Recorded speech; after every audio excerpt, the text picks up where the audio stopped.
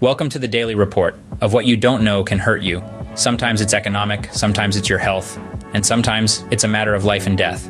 There are exterior forces against us all the time, and only those that are vigilant will prevent any damage against them. On today's report, you will learn of the most common and profitable scam being applied to you by the most trusted, your auto repair mechanic.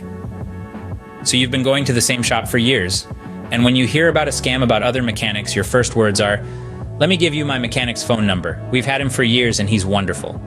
That wonderful mechanic has been fixing a couple times a year the problems he's been causing himself every time you take the vehicle. Why does he do this? Well, he knows you trust him. Does trusting someone really mean you have to be so naive? No mechanic will have compassion for you once you let your guard down. Common scams are losing the wire to the alternator. Your car will continue to run for days until your battery dies completely out.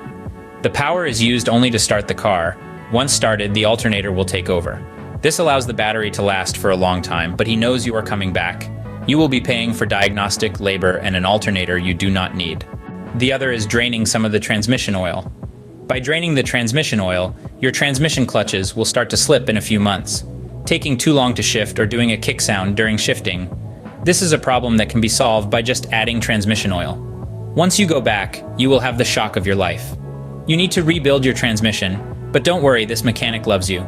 And he either happens to have one, or a set of new clutches or solenoids, or converter depending on what story he comes out with. Always get an estimate first, get a second opinion and a written estimate. Once you have the written estimate and approve the repair, do not accept any changes to the price unless there is a good reason to. Always ask for the parts that were replaced and a recent receipt of those parts.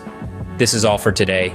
Don't forget to subscribe for the next report and mechanic scams on what you don't know can hurt you.